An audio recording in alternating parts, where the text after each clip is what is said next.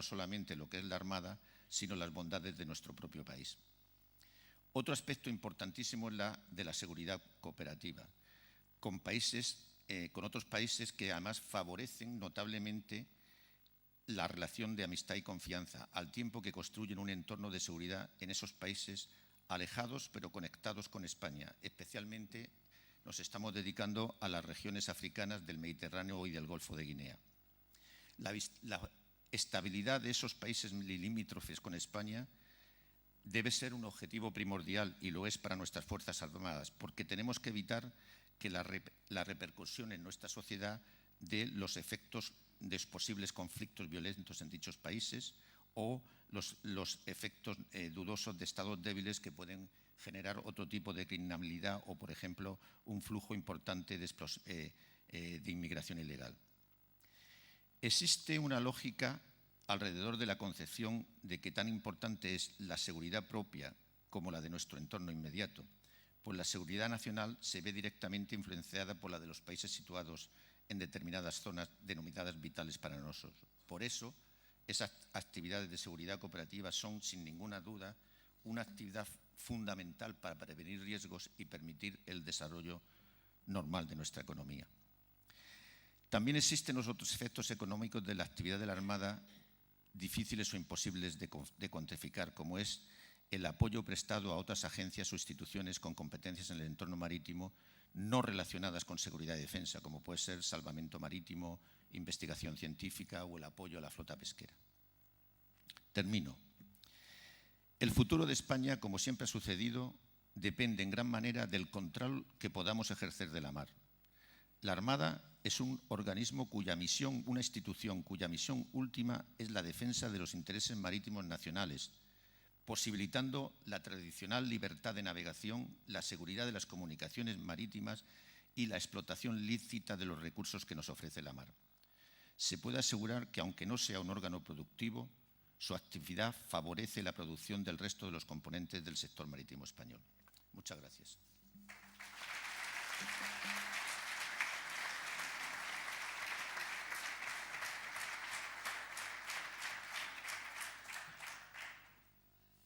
Presidente, tiene la palabra. Almirante, jefe del Estado Mayor,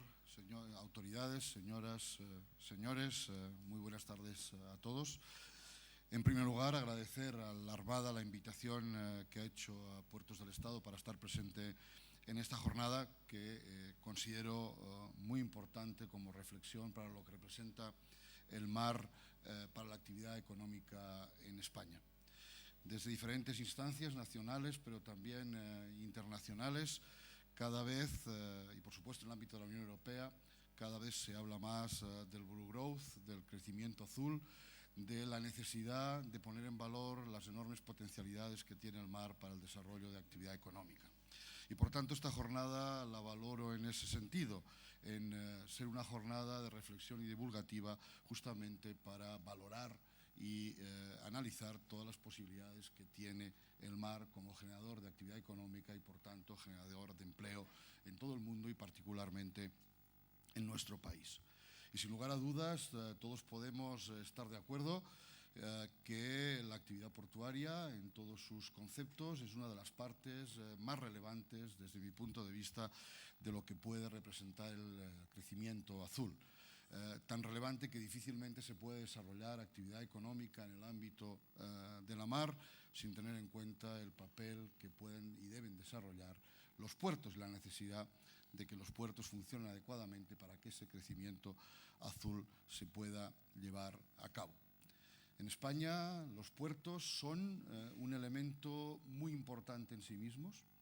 En este momento generan prácticamente el 2,07 del PIB español, una capacidad o una generación de empleo del 1,23%. Estamos hablando de prácticamente 300.000 empleos directos, indirectos e inducidos asociados a la actividad portuaria y, por tanto, con una influencia decisiva en muchos aspectos que luego analizaré. Tenemos un sistema portuario capaz de mover en este momento prácticamente el interanual entre 520 y 530 millones de toneladas de mercancías, prácticamente más de 30 millones de pasajeros, de los cuales prácticamente 9 millones son cruceristas y con una enorme capacidad de crecimiento en el futuro. Después de muchos años de realizar importantes inversiones en infraestructuras portuarias, podemos decir que con muy poca inversión añadida podemos mover en un escenario de los próximos 15-20 años más de 1.000 millones de toneladas sin apenas inversiones públicas relevantes. Por tanto, estamos en unas condiciones inmejorables para que los puertos sean un elemento muy activo de ese crecimiento azul. Esa situación infraestructural en nuestro país nos permite que el Foro Económico Mundial de Davos fije España en el top 10 de la calidad de las infraestructuras portuarias en el mundo, siendo definido por ese foro el quinto país europeo en calidad de infraestructuras portuarias. Y también el mismo foro y también la UNCTAD nos define como un país el 11º en conectividad marítima. Y por tanto, ese también es un elemento fundamental de que coadyuva, digamos, a la reducción de costes de nuestra economía productiva. Tenemos, por tanto, un sistema portuario que sirve a las necesidades de la economía, que tiene posibilidades de seguirla sirviendo en el futuro y que va a jugar, desde mi punto de vista, en un papel absolutamente decisivo en el crecimiento azul, en el crecimiento de la economía ligada al mar.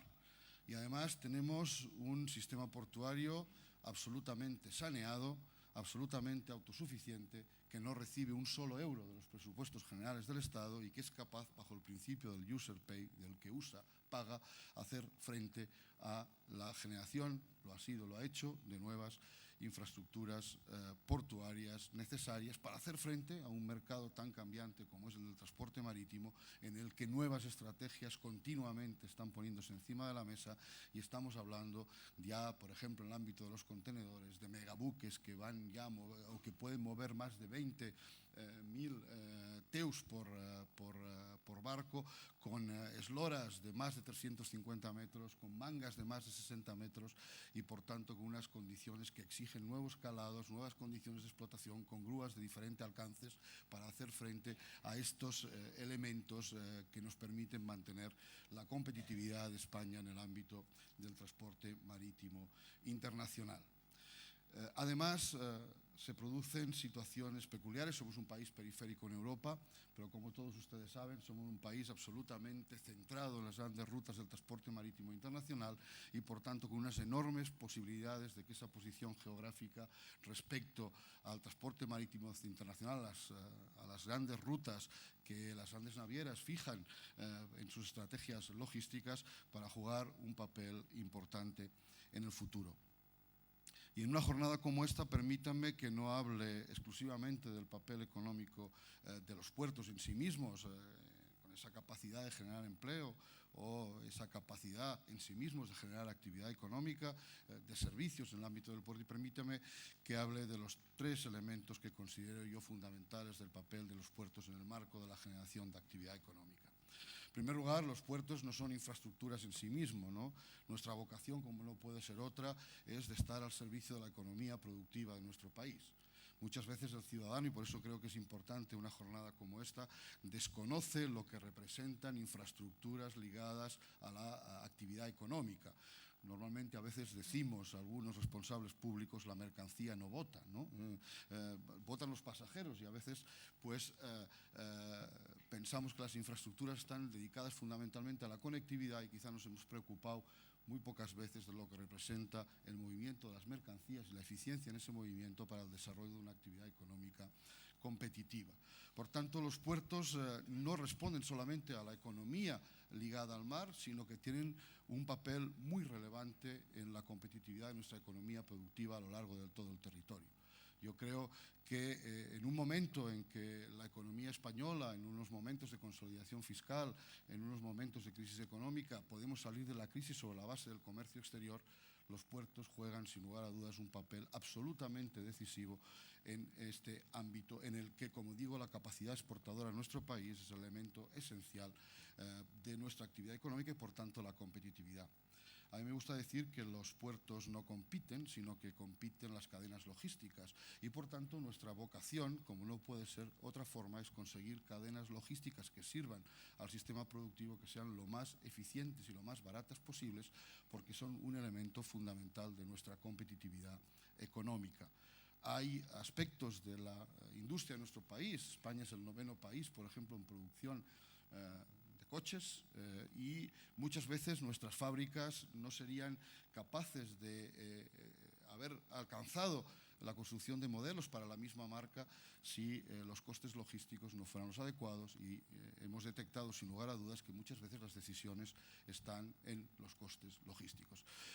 Por ejemplo, el modelo Mokka que se está fabricando en la General Motors de Zaragoza se consiguió en base a una cadena logística de productos que vienen de Corea a través del puerto de Barcelona y con una por ferrocarril van a Zaragoza y con esta cadena logística luego económica y eficiente ha permitido que la General Motors en Figueruelas pueda construir este modelo. Por tanto, esto es lo primero que quiero destacar, el papel importante de los puertos y, por tanto, todo lo que sea generar competitividad por la vía de la reducción de los costes logísticos es un elemento muy relevante. Y no solo para la economía productiva española directa, sino que nuestra vocación está en que España también sea o tenga un papel en la logística europea, en el arco del sur de Europa y creemos que en el futuro nuestros puertos pueden jugar un papel muy relevante en esta logística europea, sobre todo por nuestra posición geográfica respecto a los tráficos con Asia por el canal de Suez, en el que nuestros puertos mediterráneos pueden representar ahorros relevantes en tiempo hasta los grandes puertos del norte y, por tanto, si tuviéramos un ferrocarril que funcionara en condiciones completas de interoperabilidad con Europa, pues estaríamos en mejores condiciones para que España pudiera, a través de sus puertos, tener un papel relevante en la logística europea. Y en eso estamos, ¿no? Es decir, yo creo que una asignatura pendiente, tenemos buenas infraestructuras del lado mar, pero nos falta conectividad, y conectividad ferroviaria sobre todo, y conectividad ferroviaria interoperable. Y yo creo que ese es un elemento en el que estamos poniendo toda la carne en el asador para tener conexiones a las redes generales de los puertos en buenas condiciones, tener finalmente anchos europeos que nos permitan conectarnos con Europa. Yo creo que muy importante en ese ámbito es el corredor mediterráneo y tener condiciones de voltaje, de gálibos y, por supuesto, como digo, de ancho de vía que nos permita que los puertos españoles puedan jugar conjuntamente con la conectividad ferroviaria un papel relevante. Los puertos que estamos en buena situación económica hemos apostado por contribuir al desarrollo del ferrocarril en nuestro país y para eso hemos creado el Fondo de Accesibilidad Terrestre Portuaria que financiamos a través de los puertos y que nos permite, con una planificación hasta el año 21 de más de 1.500 millones de euros, contribuir justamente a esa mayor eficiencia de nuestro ferrocarril y a su interoperabilidad. Y no solamente en los términos de interoperabilidad, sino en generar capacidad de nuestras estructuras troncales para que puedan mover trenes largos, trenes de más de 750 metros, que permitan que sea, desde el punto de vista de un mercado, el ferrocarril, un ámbito competitivo para el transporte de mercancías. Desgraciadamente, somos de los países de Europa que tienen una cuota modal ferroviaria más baja. En este momento apenas el 4% y creemos que nuestro objetivo es llegar a una cuota modal del 20% y para eso tenemos que hacer los deberes en el sentido que les hemos dicho. Y en ese sentido, en este momento ya los puertos prácticamente son el origen o destino del 65% de todos los tráficos ferroviarios en nuestro país y en los ámbitos de más de 300 kilómetros prácticamente estamos en cuotas ya del 20% respecto a los tráficos portuarios. Por eso es una asignatura pendiente.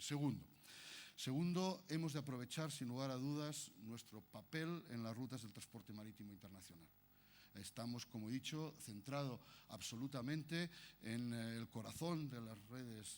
de transporte de las grandes navieras, y nuestro país es un elemento o puede tener un papel muy relevante como base logística del transporte marítimo internacional y, por tanto, ajeno a la propia economía productiva de nuestro país. Estoy hablando de aprovechar los tráficos de transshipment, de tránsito en nuestro país, que normalmente la estrategia de las grandes navieras hacen necesarios que algunos puertos puedan ser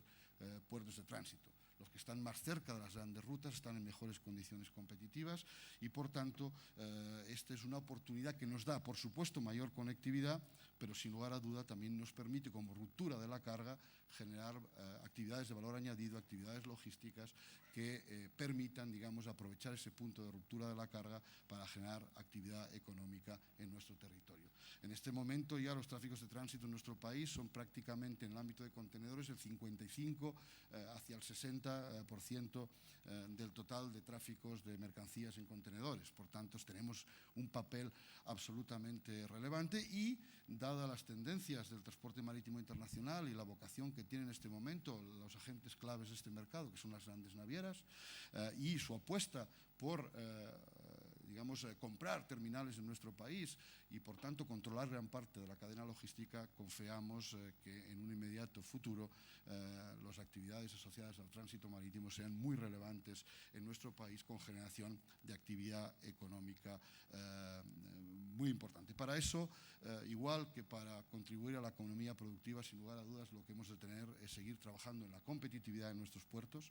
y la competitividad de nuestros puertos significa eficiencia en las operaciones y significa también reducción de costes. Reducción de costes por la vía de las tasas de utilización de infraestructura, pero por supuesto también en la reducción de costes de prestación de los servicios portuarios, y yo confío también que la reciente reforma del sector de la estiba en España pues pueda contribuir, sin lugar a dudas, a esa reducción de costes en el ámbito portuario y, por tanto, a mejorar la competitividad, porque los tráficos de tránsito hoy están aquí, mañana pueden estar en Tánger, en Sines, en Gioia Tauro o en el Pireo, y, por tanto, si no somos competitivos podremos perder conectividad y podemos perder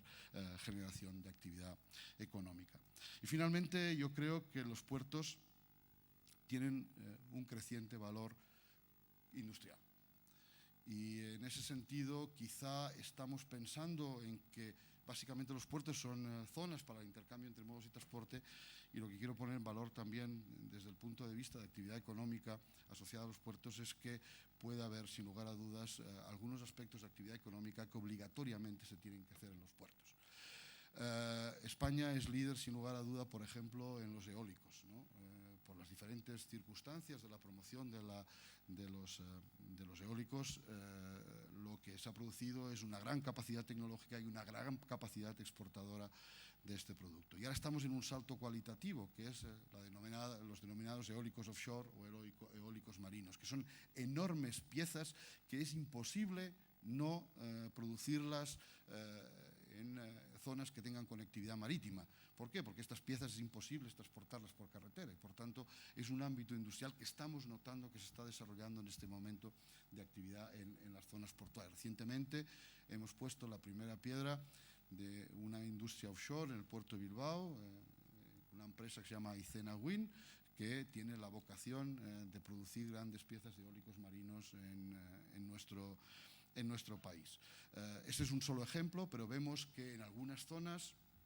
viejos astilleros como Sevilla se están reconvirtiendo al eólico marino o a grandes piezas industriales que es imposible fabricar en otros lugares. Por tanto, los puertos tenemos vocación también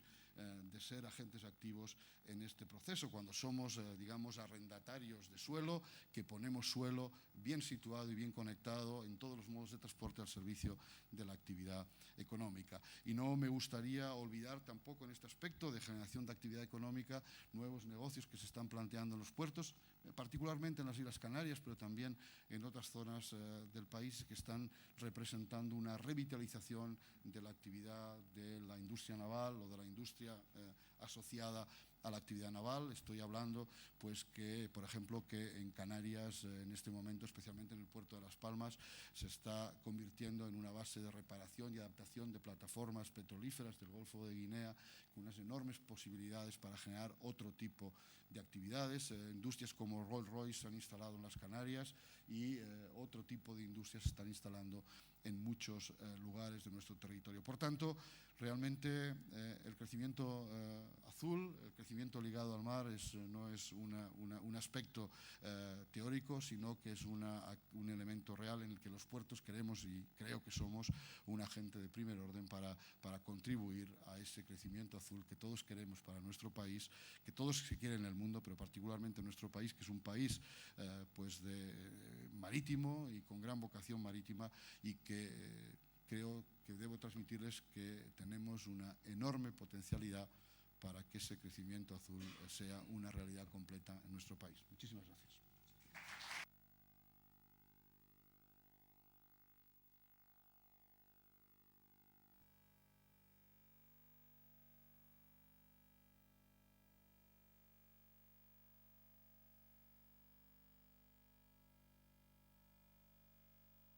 Tiene usted la palabra, secretario.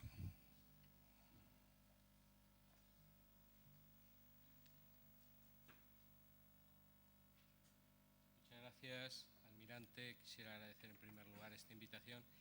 que me resulta sobre todo muy grata el poder estar explicando a ustedes desde la perspectiva pesquera cómo vemos este modelo de economía azul como factor de prosperidad que tenemos en España. Como se pueden imaginar, tenemos una serie de elementos donde vamos a estar hablando, en el que es un proceso absolutamente evolutivo. Viene desde el año 2012, una vez que se hizo el 20 aniversario de la Conferencia de Río, donde tuvimos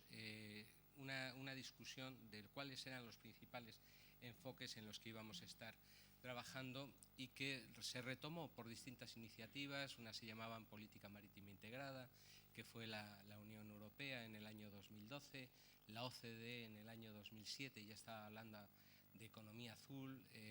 y el resto de foros donde, como vemos, es un efecto ya de convergencia, y que en definitiva lo que se está hablando es de una actividad que tiene que ser sostenible, duradera, dinámica, y por lo tanto lo que se busca en este concepto holístico de economía azul es que haya una coexistencia de lo que son las actividades tradicionales con las actividades nuevas. Por lo tanto, lo que sí que estamos buscando aquí es evitar ese tipo de conflictos, donde podamos ir incluyendo una serie de iniciativas y de actividades que la propia Comisión ha centrado en grandes ejes, como es los temas energéticos, de crecimiento azul. Ya mi predecesor ha estado comentando todo lo que es los elementos energéticos renovables de offshore, etcétera, las bioturbinas, la acuicultura como elemento de desarrollo, el turismo de cruceros, el costero marítimo. Ahí, almirante, si me permite, es una digresión simpática. Uno de los beneficios intangibles que tenemos, un país que vivimos del turismo, donde tenemos este año más de 75 millones de turistas, y 11 de ellos nos dicen que su principal objetivo es la gastronomía, pues los dos mejores cocineros que tenemos en estos momentos a nivel mundial, Ferran Adrià y José Andrés, han estado formados por la Armada en sus cocinas, y son los que en estos momentos son nuestro orgullo en Estados Unidos, y yo diría que en todo el mundo. Por tanto, esta sinergia y esta convergencia de los elementos, que, como bien ha señalado José Llorca, no tenemos que estar viéndolos de manera simple y unívoca, nos lleva a que, si me permiten, voy a hacerlo con un ejemplo muy claro. El puerto de Vigo tiene un volumen de descargas de productos de la pesca superior a las 700.000 toneladas. Se ha hablado que tenemos 9.000 embarcaciones, 2.000 de ellas faenan en altura y gran altura, de las cuales incluso tenemos 500 embarcaciones que operan bajo el modelo de sociedades mixtas. Y esto lo que nos lleva es a que, si hiciésemos un análisis, por así decirlo, clásico de lo que pensábamos de crecimiento, pues nos bastaría con que buscásemos la mejora de la competitividad en nuestros estibadores, en lo que serían los trámites burocráticos, un análisis de los elementos de competitividad entre distintos puertos, pero nos dimos cuenta que con el enfoque de crecimiento azul teníamos que hacer un planteamiento totalmente distinto. Aparte de estas necesidades, necesitábamos también tener un elemento lo más avanzado posible, lo más competitivo posible de lo que eran los elementos de transporte marítimo, la capacidad de suministro y frecuencia de nuestros mercantes para poder dar servicio a las empresas pesqueras conjuntas. Como digo, tenemos casi 350 barcos en estos momentos con más de 400.000 toneladas que en su mayoría vienen a los puertos españoles, los barcos que faenan bajo los 22 acuerdos de pesca que en estos momentos tenemos operativos, que junto con los memorandos de entendimiento superamos los 30 países con los que en estos momentos tenemos relación. Y eso lo que nos lleva es a tener una flota moderna con una capacidad de adaptación normativa lo más ágil posible, con unas políticas de cooperación al desarrollo, con elementos de seguridad jurídica en las inversiones, con estas normas de juego que nos tenemos que dar a nivel global, donde en estos momentos el mercado de los productos pesqueros es el de mayor internacionalización del mundo.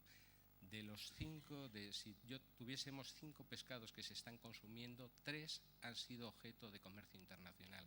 Por tanto, se pueden hacer una idea de la importancia y el relieve que tiene el transporte marítimo y toda una logística en el suministro.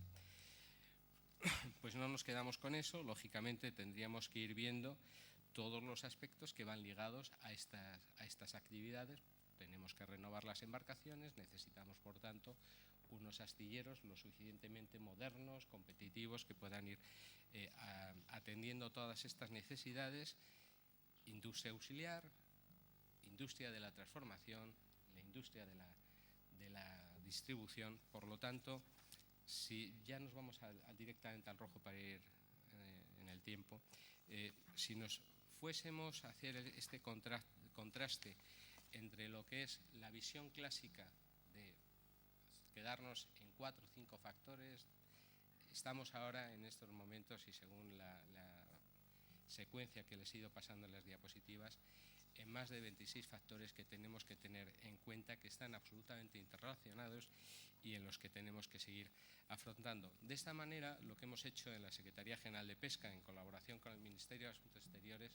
es preparar nuestro plan y paquete de medidas en el ámbito de crecimiento azul para el sector pesquero y de la acuicultura.